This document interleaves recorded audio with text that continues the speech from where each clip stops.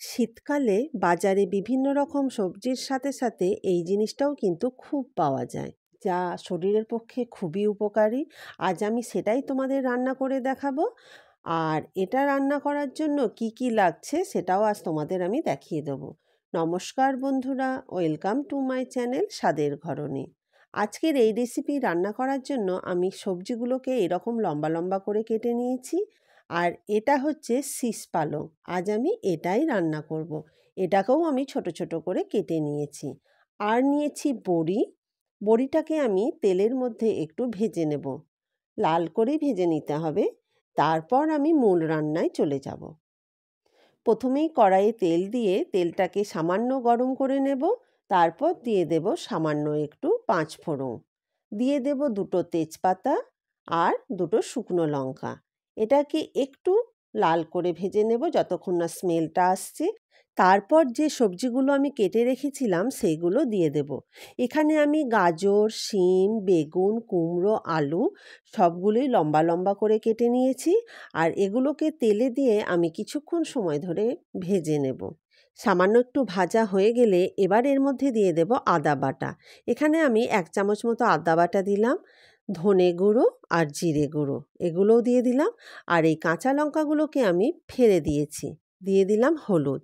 লঙ্কার টেস্টটা তোমরা নিজেদের ইচ্ছে মতো করে নেবে, যে যেমন ঝাল খাবে সেই রকমভাবে লঙ্কাটা ব্যবহার করবে। সামান্য জল দিয়ে আমি মশলাটাকে আরেকটু সময় ধরে কষে নেব। ঢাকা দিয়ে দিয়ে এই রান্নাটা করতে হবে, যতটা পারবো আমি কম জল ব্যবহার করব। এই রকমভাবে ঢাকা দিয়ে আমি সবজিগুলোকে একটু কষে নেব। তারপর দিয়ে দেব সেই শীষ পালং, যেগুলো আমি ছোট ছোট করে কেটে রেখেছিলাম। দিয়ে দেব স্বাদ মতো নুন, আর দিয়ে দেব সামান্য একটু চিনি, পুরোটাই কিন্তু টেস্টটাকে ব্যালেন্স করার জন্য। তারপর এবার আমি ভালো করে এগুলোকে কষে নেব। খুব ভালো করে কষতে হবে। আমার ভালো করে কষা হয়ে গেছে, দেখে নাও আলুগুলো মোটামুটি 80% সেদ্ধ হয়ে গেছে, আলু গাজর। এবার এর মধ্যে আমি দিয়ে দেব সেই ভেজে রাখা বড়িগুলো। বড়িগুলো দিয়ে দেওয়ার পর আমি আরেকটু সময় ধরে কষে নেব। আর কষানো হয়ে গেলেই আমি এর মধ্যে দিয়ে দেব গরম জল। শীতকালে গ্রাম বাংলার দিকে এই রেসিপিটা খুবই দেখা যায়। নিরামিষ আমিষ দুভাবেই এই রান্নাটা ভালো লাগে।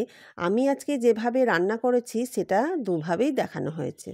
দিয়ে দিলাম গরম জল। তারপর এটাকে আমি ঢাকা দিয়ে কিছুক্ষণ সময় ধরে রান্না হতে দেব। দেখো আমার রান্না হয়ে গেছে। এবার আর একটা জিনিস আমি করব। এখানে আমি একটা ছোট্ট হাতার মধ্যে তেল দিয়ে তার মধ্যে কয়েক কোয়া রসুন দিয়ে আমি ফোড়ন হিসাবে এটা ওপর থেকে দিয়ে দিলাম। তারপর ঢাকা দিয়ে দিলাম। এটা অপশনাল, যারা নিরামিষ খাবে তারা রসুন ব্যবহার করবে না, আর যারা নিরামিষ খাবে না তারা রসুনটা ব্যবহার করতেই পারো। রসুনটা দিলে একটা আলাদা সুন্দর স্মেল আসে। তাহলে দেরি না করে ঝটপট বানিয়ে নাও শীষ পালংয়ের এই রেসিপিটা। আর এই রেসিপিটা ভাতের সঙ্গে অসাধারণ লাগে। ভাত আর তার সাথে 1 বাটি শীষ পালংয়ের এই তরকারি।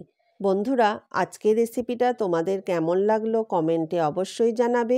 ভালো লাগলে আমার চ্যানেলটাকে লাইক, শেয়ার, সাবস্ক্রাইব করে পাশে থেকো।